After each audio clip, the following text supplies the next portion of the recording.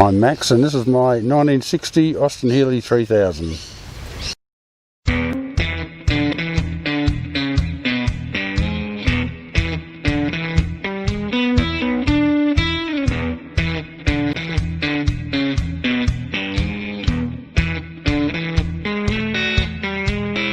My first memory of the Austin-Healey is when I was about 10 years old. I think the Healeys had just been sold in Australia, the first big Healeys, and I instantly liked the shape.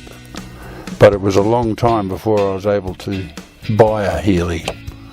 It sold new in Canada, in Vancouver, in 1960, and I don't know the history of it in Canada, and so I bought it in 2001, and it did actually sit in my shed for a few years before I started work on it.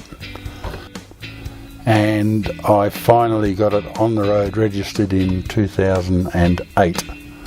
So it took 7 years and a lot of money. I virtually had to buy a whole interior for it. Didn't have any interior at all. I converted it from left-hand drive to right-hand drive, and then the car went to the panel beaters for the final panel work and painting. And it came back home and I put it together, and yeah, finally got it registered in 2008, ready for the Austin-Healey National Rally in 2009, which was held in Perth.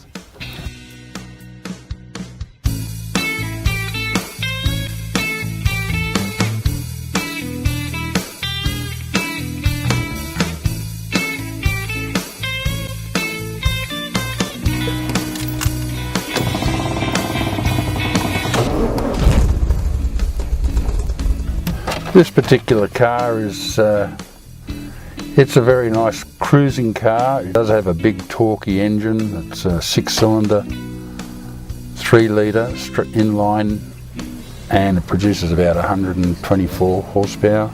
As I said, it's quite nice to drive touring. Around town it can be a bit lumpy, but it does look great, and certainly does attract a lot of looks from people as you're driving around.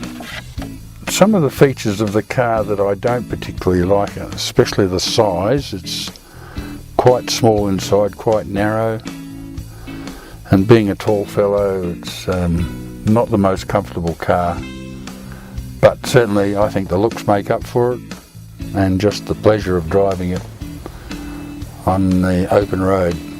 Austin-Healeys have certainly increased in value over the years. I paid just under $20,000 for a car that was basically in boxes. You can buy a good driver for around $50,000, and the absolute top of the range late model Austin-Healeys now tend to pull about $120,000 to $130,000.